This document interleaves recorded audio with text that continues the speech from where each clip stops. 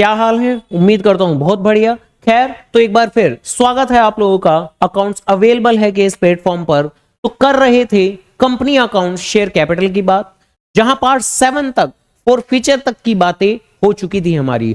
आज पार्ट 8 के अंदर मोस्ट इंपॉर्टेंट पार्ट, जहां हम फोर फीचर की बातें भी करने वाले हैं मेरे बाबू, और रीइशू की बातें भी करने वाले हैं। एग्जाम में आने वाले क्वेश्चन करने वाले हैं। मोस्ट इंपॉर्टेंट पार्ट है ये, आपका ध्यान रखिएगा। लेकिन अगर अभी तक किसी ने भी पुराने पार्ट्स नहीं देखे हैं तो प्लीज पहले जाकर उन्हें देख लीजिए, तो ज्यादा अच्छी अंडरस्टैंडिंग बनेगी। बाकी अगर सीधा ये पार्ट देखें तो भी समझा देंगे हम। तो चलिए जी, तो इसी के साथ में प्रेम से बोले राधे राधे। आज की क्लास की कक्षा की करते हैं शुरुआत फोर फीचर एंड रीइशू के साथ। तो सबसे पहले तो जो लास्ट पार्ट के अंदर, पार्ट 7 के अंदर हमने फोर फीचर की बातें पढ़ी थी मेरे बच्चा, उनको ही रिकॉल करते हैं, उनको ही दोबारा से रिवाइज करते हैं। जहां हमने कहा था कि फोर फीचर का मतलब क्या होता है, तो फोर फीचर का मीनिंग होता है कैंसलेशन ऑफ शेयर। क्या होता है फोर फीचर का मतलब? Cancellation of share. कि कई बार जब शेयर होल्डर डिफॉल्ट करते हैं, किसी कॉल पर पैसा नहीं देते हैं, तो अक्सर जो कंपनी होती है उनको दंड स्वरूप कि आप जब पैसा पे नहीं करोगे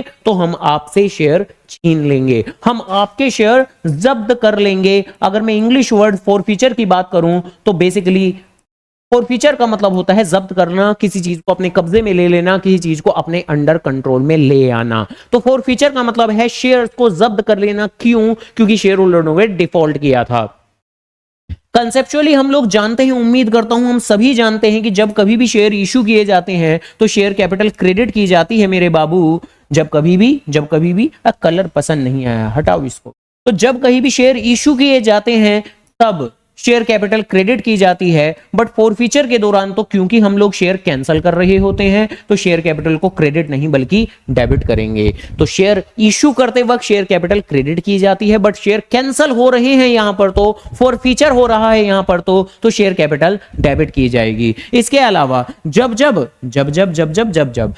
शेयर फॉरफिट किए जाएंगे तब तब किसी ना किसी शेयर होल्डर ने डिफॉल्ट किया होगा। उन्होंने कुछ पैसा ऐसा होगा जो कंपनी ने मांगा तो होगा बट उन्होंने पे नहीं किया होगा। इसी ही कारण से तो फोरफीचर हो रहा है भाई। अगर वो डिफॉल्ट करते ही ना तो उनके शेयर का फोरफीचर होता क्यों? कंपनी उनके शेयर जब्त करती क्यों? तो जब शेयर फोरफीचर होगा तो कोई ना कोई कॉल्स इन एरियर्स की बातें भी होंगी कि भाई रिलेवेंट शेयर होल्डर ने इतनी अमाउंट का डिफॉल्ट किया है, और जितना भी पैसा ऐसा होगा जो उन्होंने पे नहीं किया होगा तो उस चीज को ही हम शो कर देते हैं कॉल्स इन एरियर्स के अंदर। देखो, कुछ पैसा ऐसा होता है जो शेयर होल्डर लोग पे कर देते हैं, कुछ पैसा ऐसा होता है जो शेयर होल्डर लोग पे नहीं करते। कंपनी जो ओवरऑल पैसा कॉल्ड अप करती है, कॉल्ड अप करना मतलब एक तरीके से मांगना, यानी कंपनी ने जितना पैसा मांगा शेयर होल्डर से, इंग्लिश में कहें तो कॉल्ड अप किया, जितना पैसा मांगा, जितना पैसा कॉल्ड अप किया, उसमें से कुछ पैसा जो शेयर होल्डर होते हैं वो पे कर देते हैं, लेकिन कंपनी उस पैसे को भी जब्त कर लेती है, अपने पास जमा करके रख लेती है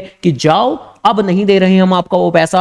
और इसी ही तरह से हम कह सकते हैं कि फोर फीचर के वक्त कंपनी को एक खास तरह का फायदा होता है। कैसा फायदा मेरे बाबू? कि शेयर होल्डर लोगों ने जितना भी सारा का सारा पैसा जमा कराया था, शेयर होल्डर लोगों ने जितना भी सारा का सारा पैसा जमा कराया था, पे किया था, कंपनी उसे जब्त कर लेती है दंड स्वरूप। कि आपने आगे आने वाली कॉल्स पे डिफॉल्ट किया है, तो इसीलिए ही आज से पहले जो आपने कॉल पे की है, हम उन कॉल्स का पैसा अपने पास जब्त करके रखने वाले हैं। तो फॉरफीचर ऑफ शेयर्स का मतलब होता है कैंसलेशन ऑफ शेयर्स। आप शेयर कैपिटल को डेबिट करोगे, शेयर फॉरफिटेड को आप क्रेडिट करोगे, जितना शेयर होल्डर लोगों ने पैसा पे कर दिया, और जितना पैसा पे नहीं किया उतने से आप कॉल्स इन एरियर्स को क्रेडिट करते हैं। तो इस एंट्री का कंसेप्ट ये है। देखो, आज की क्लास में हम फॉरफीचर ऑफ शेयर्स की जर्नल एंट्री करेंगे, क्वेश्चंस करेंगे, साथ ही साथ फॉरफिट करने के बाद में अक्सर हम शेयर रीइशू भी करते हैं, तो इसका अलग कंसेप्ट है।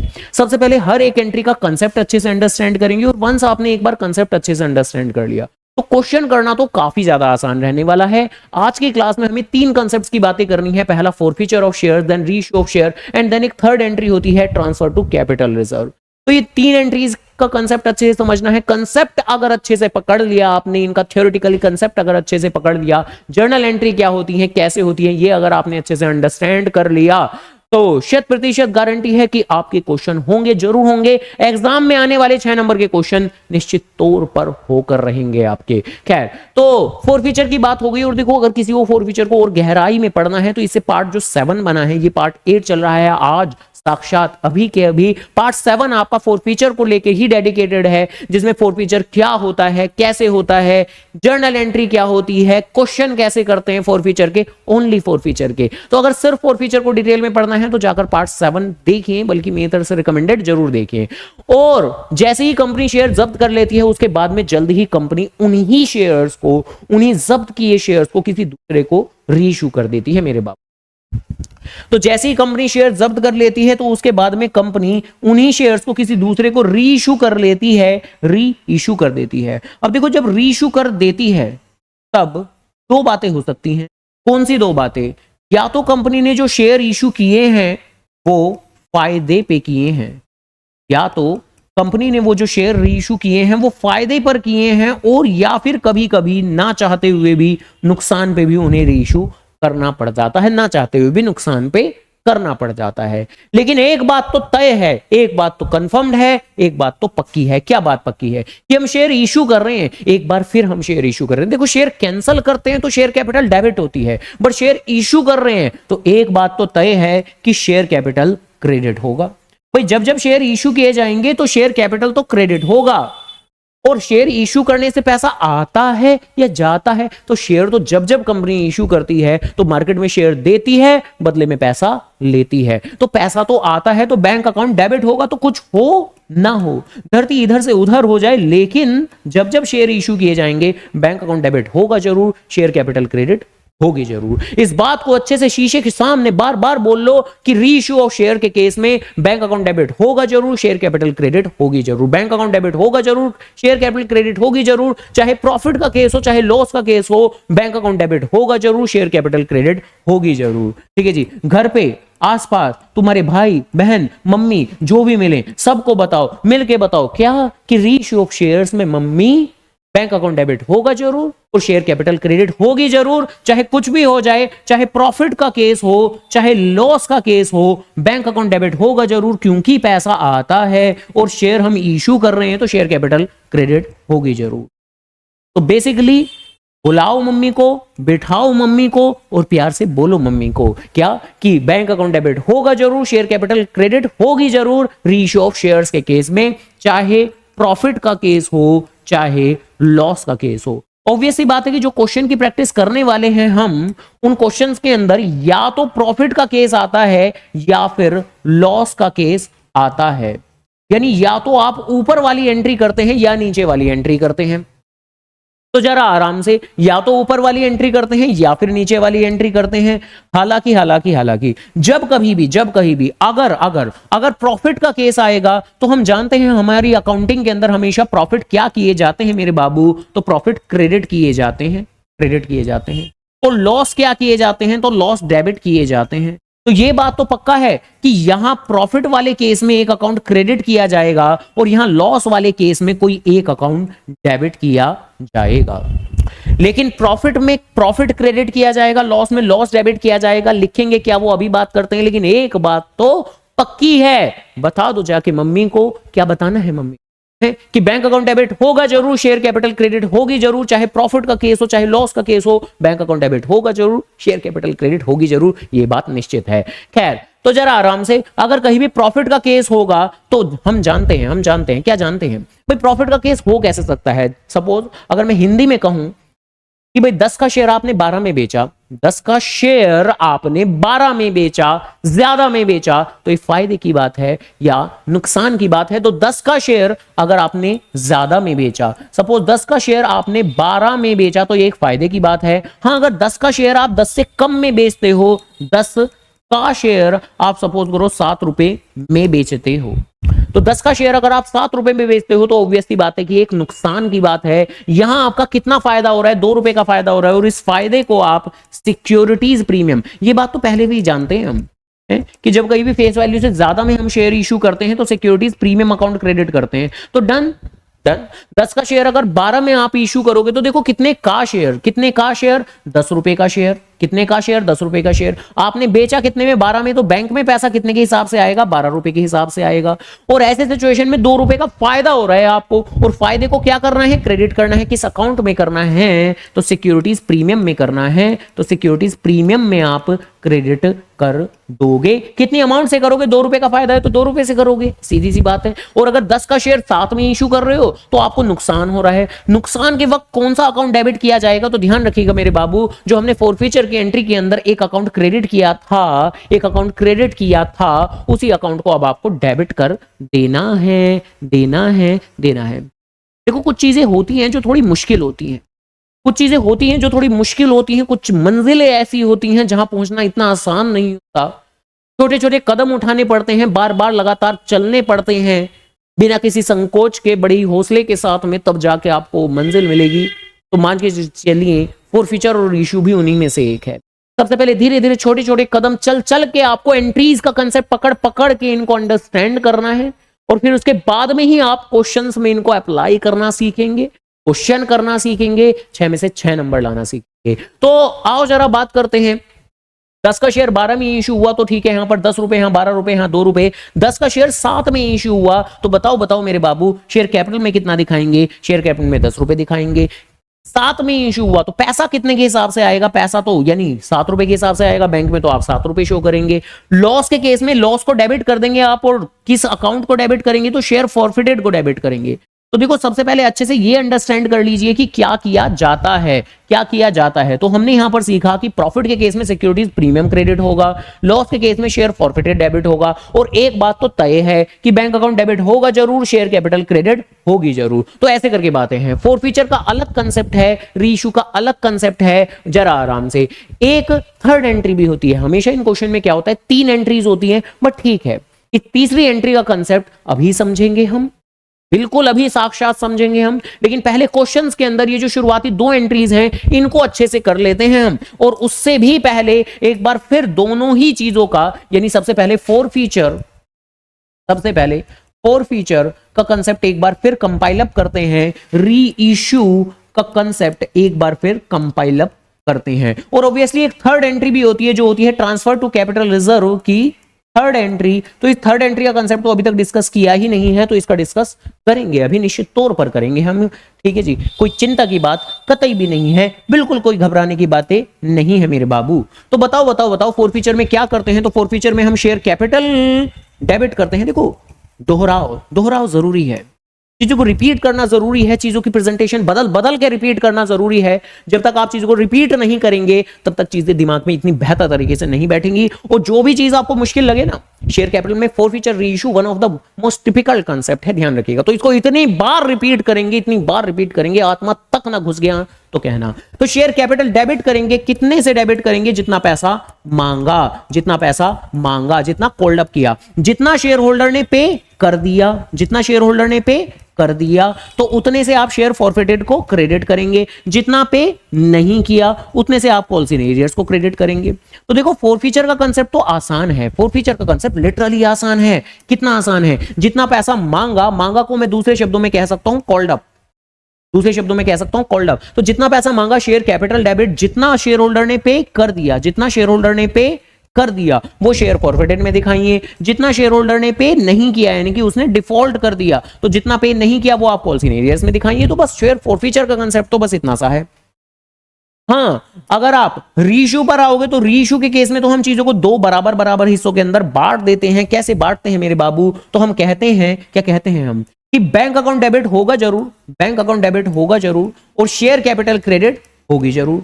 चाहे कुछ भी हो, चाहे जो हो जाए, बैंक अकाउंट डेबिट होगा जरूर। अब मम्मी को बताओ, जाके बताओ, जरूर बताओ कि क्या मम्मी ऐसी बातें सुन के बड़ी प्रसन्न होंगी कि मेरा बेटा मेरी बेटी कितने अच्छे से पढ़ाई कर रही हैं, इधर उधर की गैर जरूरी बातों में ध्यान ना लगाते हुए पढ़ाई में कितनी अच्छे से ध्यान दे रहे हैं।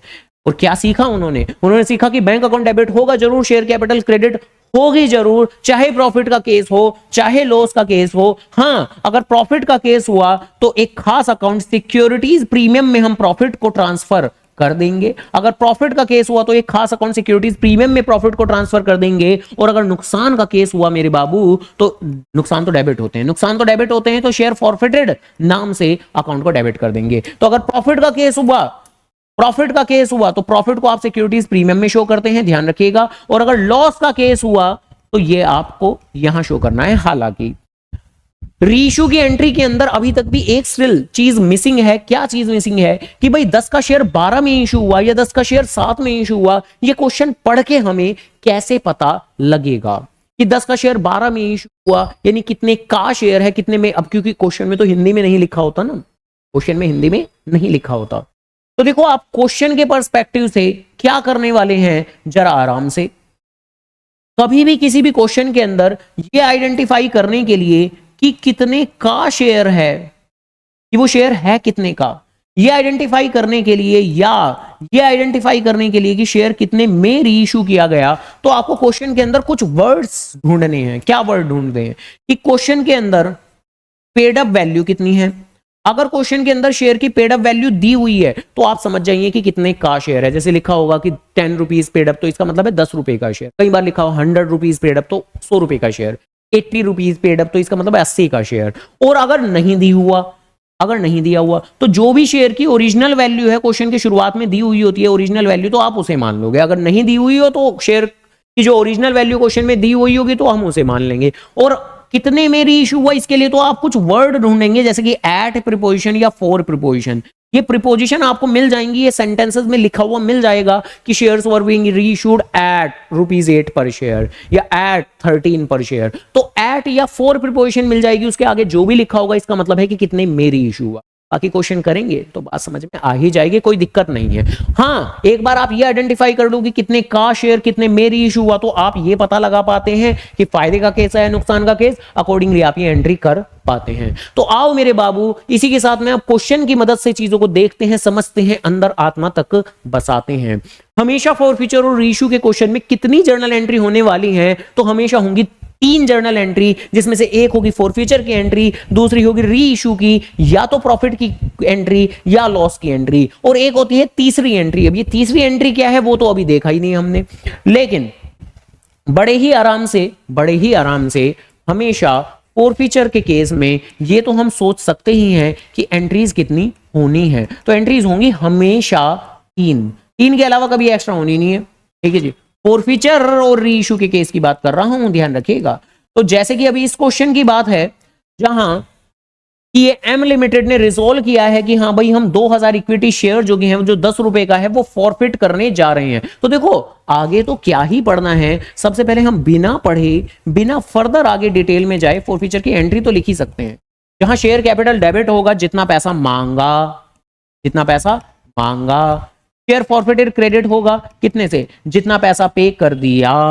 कॉल्स इन एरियर्स क्रेडिट होगा कितने से, जितना पैसा पे नहीं किया। भाई यही तो कंसेप्ट है, फॉरफीचर का कंसेप्ट तो है ही कितना सा, इतना सही तो है कि जितना पैसा मांगा शेयर कैपिटल डेबिट, जितना पैसा पे कर दिया शेयर फॉरफिटेड क्रेडिट, जितना पैसा पे नहीं किया कॉल्स इन एरियर्स क्रेडिट। ठीक है जी, तो बस यही आपको ढूंढना है। अब अगर सपोज करो मैं बात करूं कि क्वेश्चन जो है कितने शेयर्स का है, 2000 इक्विटी शेयर्स का है जो कि आप फॉरफिट करने जा रहे हो। तो कितने शेयर्स, 2000 शेयर्स। कितने शेयर्स, 2000 शेयर्स। कितने शेयर्स, 2000 शेयर। उसमें से अब ये मल्टीप्लाई मैंने क्यों लिखा कि कितना पैसा मांगा वो यहां लिखेंगे, उसमें से जितना पैसा पे कर दिया वो यहां लिखेंगे, और जितना पैसा पे नहीं किया वो यहां लिखेंगे। मल्टीप्लाई करके अपना आंसर आ जाएगा।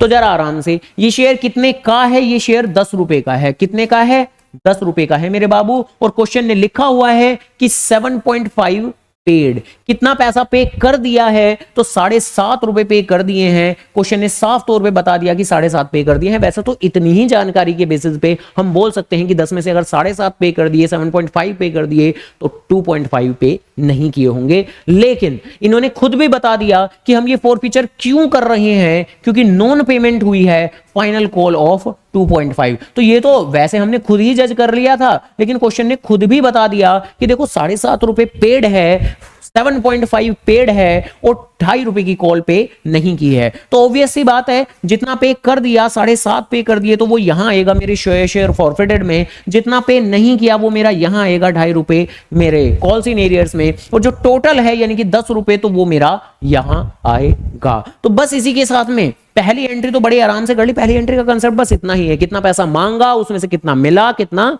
नहीं मिला, बस बात खत्म। तो शेयर कैपिटल डेबिट पूरे पूरे 20,000 रुपए से हो जाएगा हमारा। इसके अलावा शेयर फॉरफिटेड जितना पैसा पे कर दिया जो कि यहां पर आ जाएगा मेरा 15,000 रुपए। इसके अलावा जितना पैसा पे नहीं किया 2,000 इंटू 2.5 रुपए जो कि बन जाएगा मेरा 5,000 रुपए।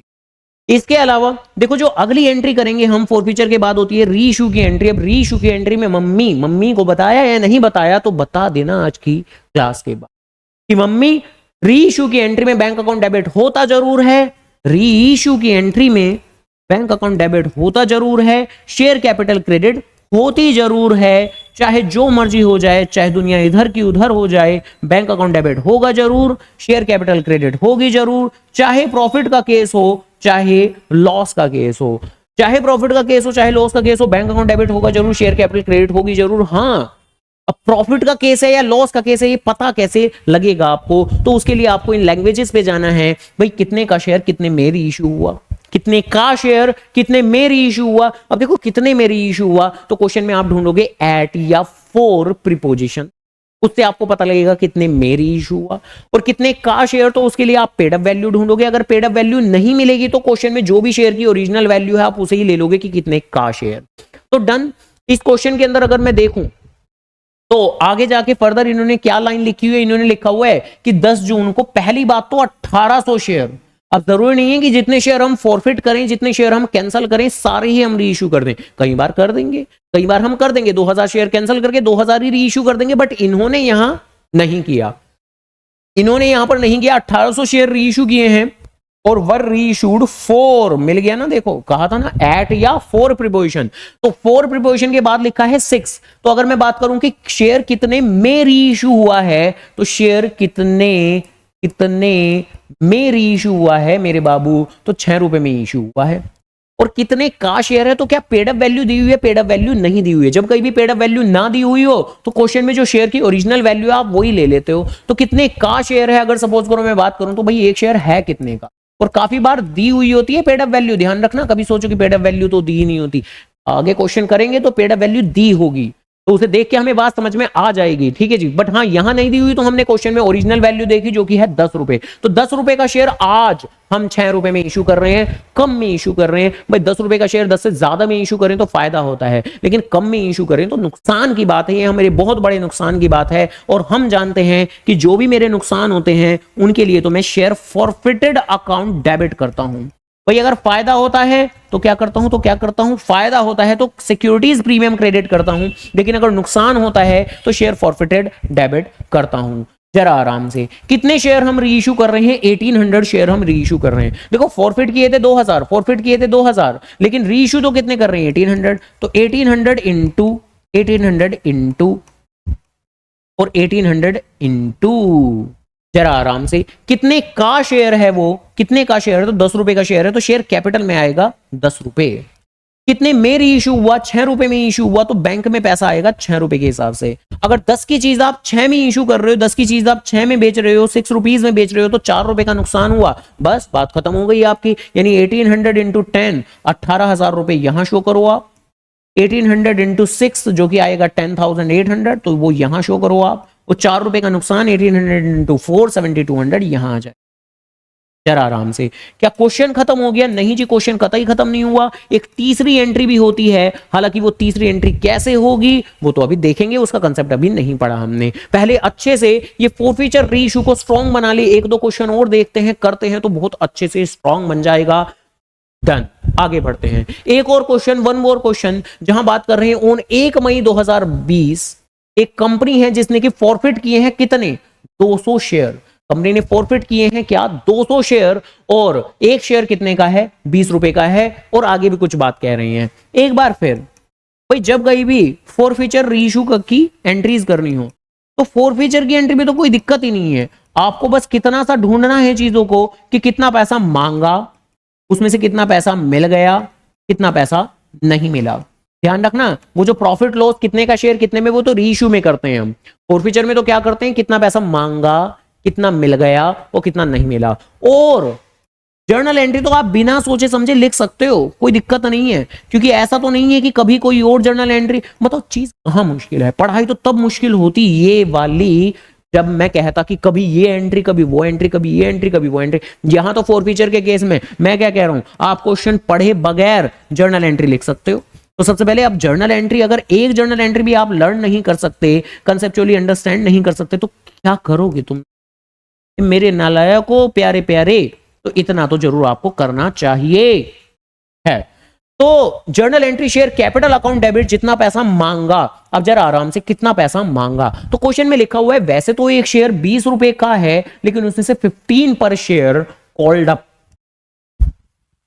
देखो लास्ट क्वेश्चन की अगर मैं बात करूं तो वहां पर कॉल्ड अप वैल्यू नहीं दी थी। 10 रुपए का एक शेयर है, बस बात खत्म। उसके बाद बता दिया था कितना पे हुआ, कितना पे नहीं हुआ। लेकिन इसमें 20 रुपए का एक शेयर है, लेकिन उसमें बताया है कि 15 पर शेयर कॉल्ड अप, यानी 20 में से 15 मांगा, 5 रुपए तो अभी तक मांगे ही नहीं है। और देखो फॉरफीचर की एंट्री के अंदर आपको कॉल्ड अप वैल्यू लिखनी होती है। अब अगर कॉल्ड अप वैल्यू ना दी हुई हो, जैसे कि वहां पर 10 रुपए, तो आपने सीधा सीधा शुरुआत में यहां पर 10 दिखा दिया, लेकिन यहां पर तो 15 रुपए बताया हुआ है। तो जरा आराम से इस सिचुएशन में अब तो आपका 20 रुपए इररिलेवेंट हो जाता है। अब आप फर्दर सोचना शुरू करोगे, भाई कितना पैसा मांगा। अगर मैं बात करूं कितना पैसा मांगा, तो 15 रुपए मांगे। इसमें से कितना पे हुआ और कितना पे नहीं हुआ, यानी कितना पैसा मिल गया और कितना पैसा नहीं मिला, अब फर्दर 15 में से आपको सोचना है। 20 अब आपके लिए कोई मायने नहीं रखता है, ध्यान रखिएगा। और आगे चल के लिखा हुआ है कि भाई 15 रुपए कॉल्ड अप ऑन विच 10 पर शेयर हैज बीन पेड। 10 रुपए जो कि हैं वो पे कर दिए गए हैं, 10 रुपए जो कि हैं वो पे कर दिए गए हैं। और the amount of the first call of 5 पर शेयर बीइंग अनपेड, तो कितना पैसा पे नहीं किया गया है, 5 रुपए पे नहीं किए गए हैं। तो बड़े ही आराम से हम इस क्वेश्चन को भी कर सकते हैं। तो कितने शेयर जो कि हैं वो फॉरफिट किए जा रहे हैं, तो 200 शेयर फॉरफिट किए जा रहे हैं। तो यहां पर 200 इंटू, यहां पर भी 200 इंटू, यहां पर भी 200 इंटू कितना पैसा मांगा गया, तो मांगे हैं 15 रुपए। जितना पैसा मांगा जाए वो आप शेयर कैपिटल में दिखाओ। कितना पैसा पे कर दिया, 10 रुपए पे कर दिए, तो वो आप शेयर फॉरफिटेड में दिखाओ। कितना पैसा पे नहीं किया, वो 5 रुपए पे नहीं किए, तो वो आप कॉल्स इन एरियर्स में दिखाओ मेरे बाबू। तो डन, यहां पर आएगा आपका कितना, 3000 रुपए, 3000 रुपए। यहां पर आएगा कितना, 2000 रुपए, और यहां पर आएगा कितना, 1000 रुपए। तो हो गई जी हमारी फॉरफीचर की एंट्री। फॉरफीचर की एंट्री में तो इतना ही करते हैं हम, कितना पैसा मांगा, कितना पे हुआ और कितना पे नहीं हुआ। अब जरा आराम से अगली एंट्री करते हैं, रीइश्यू की एंट्री। रीइश्यू की एंट्री, रीइश्यू की एंट्री में भी एक बार फिर भाई एंट्री तो पहले ही लिख लो आप। हालांकि क्या कंप्लीट एंट्री लिख सकते हो, नहीं, लेकिन इतना तो तय है। क्या तय है? क्या तय है? बताया या नहीं बताया अभी तक भी है, बता देना आज की क्लास के बाद जरूर मेरे प्यारे प्यारे बच्चों। क्या कि बैंक अकाउंट डेबिट होगा जरूर, शेयर कैपिटल क्रेडिट होगी जरूर, चाहे जो मर्जी हो, चाहे प्रॉफिट का केस हो, चाहे लॉस का केस हो। देखो ये बातें आपकी जबान पे आ जानी चाहिए, ये बातें आपकी जबान पे आनी चाहिए, ऐसे गुनगुनानी चाहिए जैसे गुनगुनाते फिरते हैं ना आप। कई बार किसी की याद में बहुत से गाने गुनगुना, बहुत सी बातें गुनगुनाते हैं, बट खैर कोई यादें रखनी है या नहीं रखनी है, पढ़ाई की यादें जरूर रखनी है, ये काम आएंगी आपके बहुत। तो ऐसे गुनगुनाते फिरो, ऐसे बोलते फिरो। क्या बोलते फिरना है? किचन से एक कमरे में, एक कमरे से दूसरे कमरे में। एक बात तो निश्चित है, एक बात तो कंफर्म है कि बैंक अकाउंट डेबिट होगा जरूर, शेयर कैपिटल क्रेडिट होगी जरूर है। पड़ोसी भी ना डर जाए तो कहना। चलो खैर, तो बैंक अकाउंट डेबिट होगा जरूर, शेयर कैपिटल क्रेडिट होगी जरूर। रीइश्यू के केस में अगर प्रॉफिट होगा तो सिक्योरिटीज प्रीमियम, लॉस होगा तो शेयर फॉरफिटेड। तो जरा आराम से, अब इसके लिए कि भाई कितने का शेयर कितने में रीइश्यू हुआ, तो उसके लिए तो हम क्या करते हैं, एट या फॉर प्रीपोजिशन ढूंढते हैं। तो जरा आराम से लाइन पढ़ लेते हैं। लिखा हुआ है 10 दिन बाद 10 डेज लेटर डायरेक्टर ने रीइश्यू किए फॉरफिटेड शेयर्स। और देखो रीइश्यू किए फॉरफिटेड शेयर्स, तो मैं मान के चलूंगा जितने भी फॉरफिटेड शेयर्स थे, कितने थे, 200 शेयर्स थे, वो सारे ही रीइश्यू हो रहे हैं कि इस बार सारे ही शेयर रीइश्यू हो रहे हैं। तो फॉरफिटेड शेयर्स, और वो क्रेडिट किए हैं ऐसे 15 पर शेयर पेड अप। तो क्या इस बार पेड अप वैल्यू दी हुई है? तो यस, इस बार पेड अप वैल्यू दी हुई है। तो अगर मैं बात करूं कि कितने का शेयर, देखो पेड अप वैल्यू का मतलब होता है कितने का शेयर, कितने का शेयर, तो पेड अप वैल्यू है 15 पर शेयर, तो 15 रुपए का शेयर। और आगे क्या लिखा हुआ है, 4, मैंने कहा था ना, या तो एट या 4, या तो एट या 4, 4 प्रीपोजिशन मिल गई और 4 प्रीपोजिशन के आगे है 10 पर शेयर। तो कितने में शेयर रीइश्यू किया गया, कितने में, तो 10 रुपए में। तो कितने का शेयर, 15 रुपए का शेयर कितने में रीइश्यू हुआ, 10 रुपए में इश्यू हुआ। तो बताओ जी बताओ, अगर 15 की चीज को आप 10 में बेचोगे तो फायदा है कि नुकसान है? 15 की चीज को 10 में बेचोगे, कम में बेचोगे तो ऑब्वियसली नुकसान है। और सभी नुकसान मेरे कहां जाते हैं, तो शेयर फॉरफिटेड अकाउंट में डेबिट हो जाते हैं मेरे बाबू। तो डन, यहां भी क्या होगा, शेयर फॉरफिटेड अकाउंट ही डेबिट किया जाएगा, जरूर किया जाएगा। कितने शेयर फॉरफिट किए जा रहे हैं, तो ऑब्वियस सी बात है कि 200 शेयर्स की चर्चाएं चल रही थी, 200 ही शेयर पूरे के पूरे फॉरफिट किए गए थे, वो ही रीइश्यू किए गए होंगे। तो डन, 200 शेयर्स के हिसाब से ही हम चीजों को सोच के चलेंगे। तो यहां पर भी 200 इंटू, यहां पर भी 200 इंटू, यहां पर भी 200 इंटू, जरा आराम से। कितने का शेयर है, तो क्वेश्चन में हमने इंटरप्रिटेट किया था 15 का शेयर 10 में रीइश्यू हुआ, तो 15 का शेयर, कितने का शेयर, 15 का शेयर। तो देखो जितने का शेयर हो उसको दिखाते हैं हम शेयर कैपिटल में। कितने में रीइश्यू किया गया, 10 में रीइश्यू किया गया, तो वो दिखाएंगे हम बैंक अकाउंट के अंदर। और 15 की चीज आप 10 में बेच रहे हो तो आपको फायदा हुआ या नुकसान, तो नुकसान हुआ कितने का, 5 रुपए का, तो वो दिखाओगे आप शेयर फॉरफिटेड में। तो डन, अकॉर्डिंगली यहां पर आएगा आपका 2000 रुपए, यहां पर आएगा आपका 1000 रुपए और यहां पर आएगा आपका 3000 रुपए। तो ऐसे करके बातें हो गई। तो उम्मीद करूंगा पकड़ गए होंगे बातें को कि फॉरफीचर और रीइश्यू में कैसे करते हैं। अब जरा आराम से थर्ड एंट्री की बात करते हैं अब कि थर्ड एंट्री क्या होती है। देखो सबसे पहले फॉरफीचर का कंसेप्ट हमने पढ़ा, फिर रीइश्यू का कंसेप्ट हमने पढ़ा और अब बात करते हैं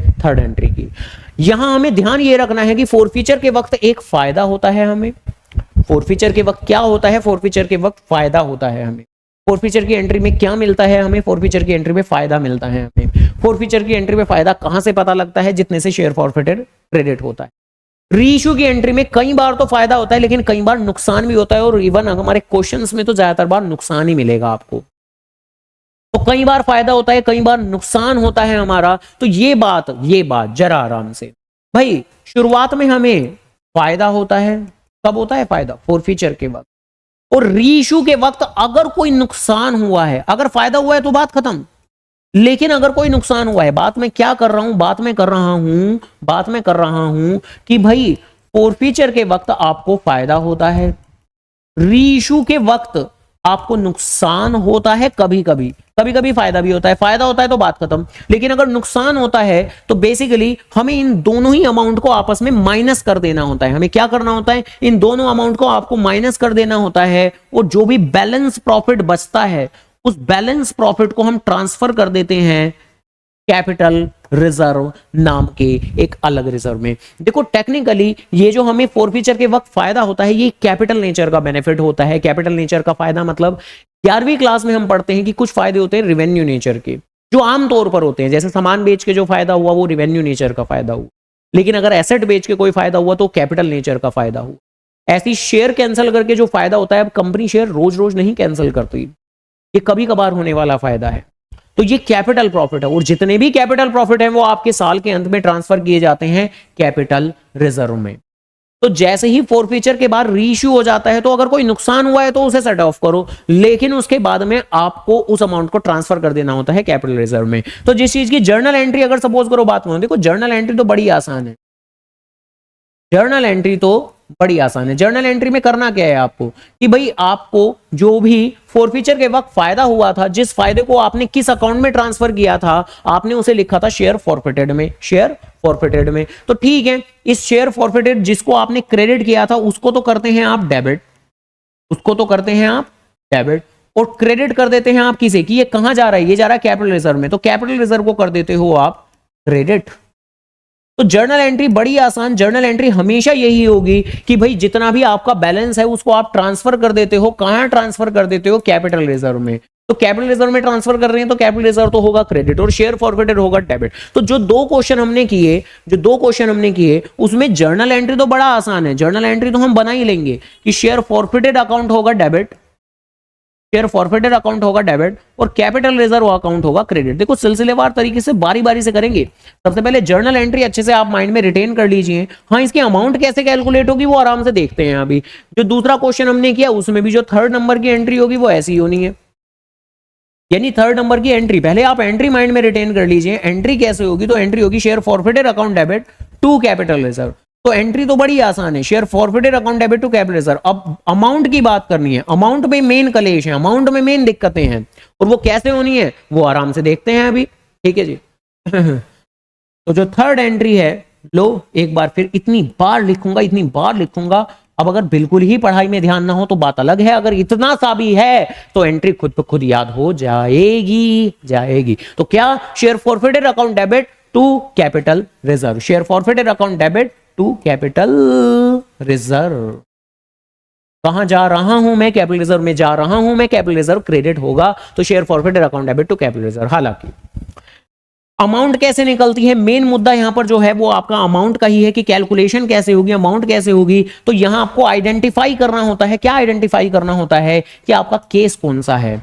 आपका केस फुल रीइश्यू का है, आपका केस फुल रीइश्यू का है, या आपका केस पार्शियल रीइश्यू का है। आपका केस फुल रीइश्यू का है या आपका केस पार्शियल रीइश्यू का है। फुल रीइश्यू का मतलब, फुल रीइश्यू का मतलब फॉर एग्जांपल आपने कभी 2000 शेयर फॉरफिट किए और 2000 के 2000 ही रीइश्यू कर दिए, ये है full reissue. Full reissue means कि जितने भी शेयर कैंसिल किए थे वो सारे ही आपने रीइश्यू कर दिए। फुल रीइश्यू का मतलब जितने भी शेयर कैंसिल किए थे वो सारे ही शेयर आपने कैंसिल कर दिए। तो ऐसी सिचुएशन में जितना भी आपका फायदा हुआ है फॉरफीचर के वक्त में से माइनस कर दो जितना भी नुकसान हुआ है री इशू के वक्त। जितना भी आपका फायदा हुआ है फॉरफीचर के वक्त उसमें से माइनस कर दो जितना भी आपका नुकसान हुआ है री इशू के वक्त। ऑब्वियस सी बात है कि ये आपको कौन सी एंट्री से मिलता है, फर्स्ट एंट्री से मिलता है। भाई फॉरफीचर के वक्त फायदा कौन सी एंट्री से मिलेगा, सबसे पहली जो फॉरफीचर की एंट्री होती है उससे। और रीइश्यू के वक्त कितना नुकसान हुआ है ये कौन कौन सी एंट्री से मिलेगा, ये मुझे सेकंड एंट्री से मिलेगा कि कितना नुकसान हुआ है। तो अगर फुल रीइश्यू का केस है तो बड़ा आसान है, आप प्रॉफिट माइनस लॉस करो, पहली एंट्री में प्रॉफिट से दूसरी एंट्री के लॉस को माइनस कर दो, बात खत्म। जैसे ये क्वेश्चन है, ये वाला क्वेश्चन कौन सा, ये जो दूसरा क्वेश्चन किया था हमने, जहां हमने सबसे पहले इनिशियली ये फॉरफीचर की एंट्री की थी। फॉरफीचर की एंट्री में ऑब्वियसली ये जो फॉरफिटेड अकाउंट है, ये जो क्रेडिट किया हुआ है, ये हमारे प्रॉफिट को रिफ्लेक्ट कर रहा है। और बाद में रीइश्यू की एंट्री में ये जो फॉरफिटेड अकाउंट हमने डेबिट किया, ये मेरे लॉस को डिपिक्ट कर रहा है। तो जैसा कि मैंने कहा कि आपको इस थर्ड एंट्री की अमाउंट पता करने के लिए प्रॉफिट में से लॉस माइनस करना है। तो प्रॉफिट में से लॉस माइनस करना है मतलब प्रॉफिट कहां से मिलेगा, फर्स्ट एंट्री से, लॉस कहां से मिलेगा, सेकंड एंट्री से। तो पहली एंट्री में से प्रॉफिट कितना है, प्रॉफिट ये रहा कि शेयर होल्डर ने कितना पे किया, 2000। तो डन, ठीक है जी, 2000 रुपए। और लॉस कहां से मिलेगा, लॉस क्या मुझे पहली एंट्री से मिलेगा, पहली एंट्री से नहीं मिलता लॉस, पहली एंट्री से मिलता है सिर्फ प्रॉफिट। लॉस मुझे मिलेगा दूसरी एंट्री से, दूसरी एंट्री में लॉस कितना नजर आ रहा है, 1000 रुपए का। तो बस 1000 माइनस कर दो, कितना आया आंसर, 1000 रुपए। तो यानी 1000 आपको शेयर फॉरफिटेड से कैपिटल रिजर्व में ट्रांसफर करना है। तो इस एंट्री की अमाउंट ऐसे कैलकुलेट होती है। हालांकि ये ऐसे अमाउंट कब कैलकुलेट होगी, जब आपका केस फुल रीइश्यू का हो। अब ये जो हम ये क्वेश्चन कर रहे थे, कौन सा क्वेश्चन जिसमें मैंने अभी अभी एंट्री करके दिखाई है, तो इस क्वेश्चन, ये जो क्वेश्चन है आपका फुल रीइश्यू का क्वेश्चन है। क्यों, क्योंकि यहां हमने फॉरफिट भी कितने किए, 200 शेयर्स, और हमने रीइश्यू भी कितने एज्यूम किए, 200 शेयर्स। यही कारण है कि हमने फॉरफीचर की एंट्री में भी कितने शेयर्स लिए, 200 शेयर्स, और बाद में रीइश्यू की एंट्री में भी कितने शेयर्स लिए, 200 शेयर्स। तो इसलिए यहां पर तो बात बन गई, यहां पर तो बात बन गई। लेकिन अगर पार्शियल रीइश्यू का केस है, जैसे ये जो ये इससे पहले क्वेश्चन किया था, इसमें 2000 इक्विटी शेयर्स फॉरफिट हुए थे, लेकिन उसके बाद रीइश्यू कितने हुए, रीइश्यू तो सिर्फ 1800 हुए। यानी ये कोई फुल रीइश्यू का केस नहीं है, ये कोई फुल रीइश्यू का केस नहीं है, ध्यान रखिएगा। तो इस तरह की परिस्थिति में आपको थोड़ा सा कुछ काम करना होता है। क्या काम करना होता है, जरा सुन लेते हैं आराम से। ये कंसेप्ट तो अपनी जगह है कि भाई प्रॉफिट में से तो लॉस माइनस करेंगे ही करेंगे, प्रॉफिट में है तो लॉस माइनस करेंगे ही करेंगे, लेकिन आपको अपने प्रॉफिट को थोड़ा एडजस्ट करना पड़ता है। अब मैं यहां पर एक छोटा सा डेमो एग्जांपल ले लेता हूं।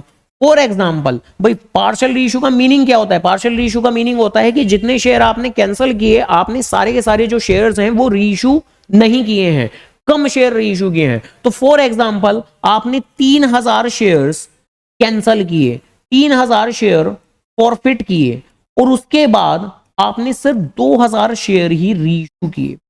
तो अगर सपोज करो एक ऐसी मैं अपनी तरफ से एग्जांपल ले रहा हूं, तो अगर 3000 शेयर आपने फॉरफिट किए और उसमें से 2000 शेयर ही आपने रीइश्यू किए, तो ऐसे सिचुएशन में भाई ये बात तो पक्की है कि ये तो पार्शियल रीइश्यू का केस बन रहा है। तो उस केस में देखो, जो प्रॉफिट आपने अपनी पहली एंट्री से, ये तो मैंने कंसेप्चुअली कहा ही था कि प्रॉफिट आप कहां से लाते हो, तो प्रॉफिट लाते हो आप अपनी पहली एंट्री में से। तो सबसे पहले आप अपनी पहली एंट्री में से प्रॉफिट देख के लिख लो, फिर आप लॉस जो की है वो दूसरी एंट्री में से लिखते हो, यानी रीइश्यू वाली एंट्री में से वो भी देख के लिख लो। उसके बाद आप क्या करो, आप अपने प्रॉफिट को एडजस्ट करो। पार्शियल रीइश्यू के केस में आपको प्रॉफिट को एडजस्ट करना पड़ता है। और कैसे एडजस्ट करना पड़ता है कि भाई वो जो प्रॉफिट आपने लिखा होगा वो 3000 शेयर के रेस्पेक्ट में होगा, तो आप 3000 से डिवाइड करो।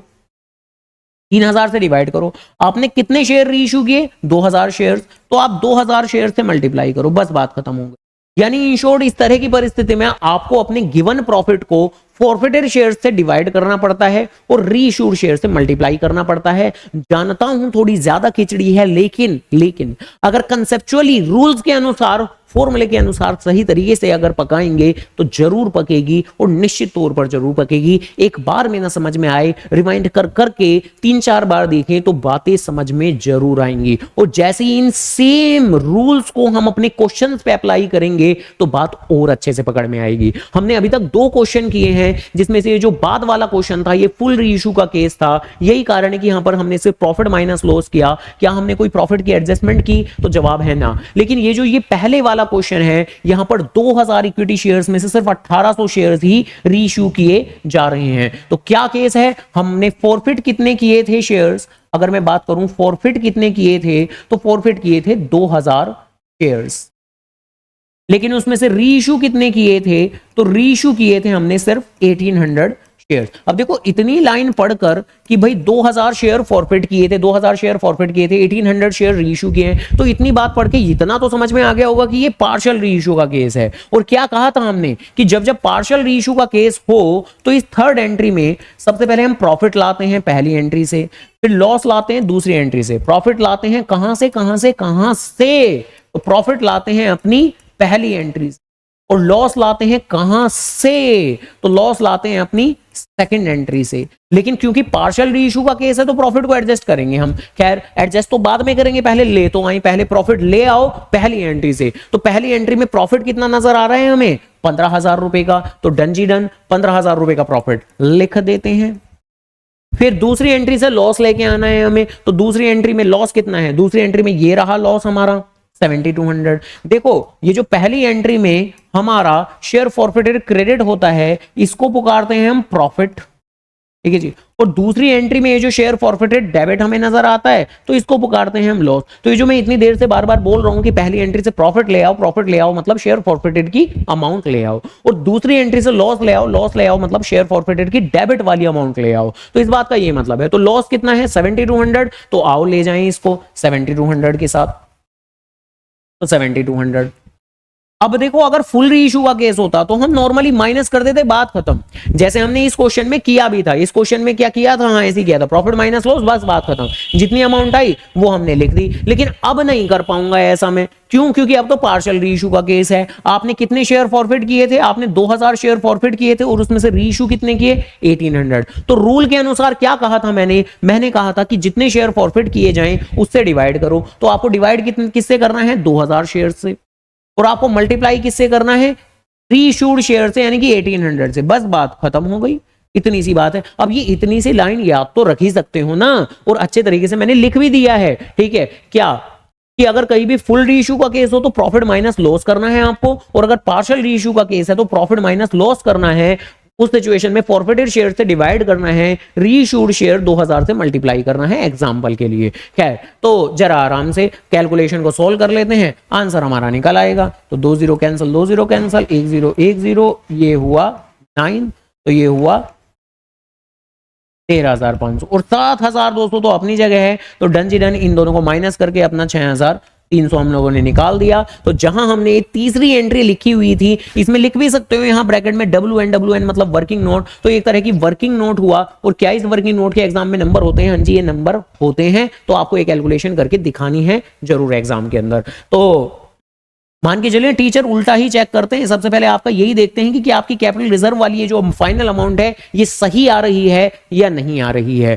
खैर तो डन, आज की क्लास लिटरली काफी इंपॉर्टेंट, बहुत ज्यादा इंपॉर्टेंट, जहां बहुत सारे कंसेप्ट आपने सीखे। फॉर फीचर का अलग कंसेप्ट है, रीइशू का अलग कंसेप्ट है, थर्ड एंट्री का अलग कंसेप्ट है और हर तीनों एंट्रीज का अलग कंसेप्ट है। इन तीनों ही चीजों को कंपाइल भी किया, इन तीनों ही चीजों को अलग अलग 2 क्वेश्चंस में आपने अप्लाई करते हुए भी देख लिया। तो इसी के साथ में आज की क्लास के अंदर 4 फीचर की बातें मेरी समाप्त हुई, जो one of the very very most important exam में आने वाली बातें हैं और इनका जितना अभ्यास किया जाए, जितनी प्रैक्टिस की जाए उतनी कम है। तो जरूर प्रैक्टिस करें और क्वेश्चंस करें। दिक्कत किसी क्वेश्चन में आती है तो पूछें। यहां इस लेक्चर के अंदर अगर किसी भी बात में समस्या आई है, कंफ्यूजन आई है, तो जरूर कमेंट सेक्शन में पूछ सकते हैं आप। तो चलिए खैर फिलहाल के लिए बात खत्म होती है। तो जैसा ही कहते हैं अकाउंट्स अवेलेबल है ही, अकाउंट्स अवेलेबल है। Okay done, bye bye.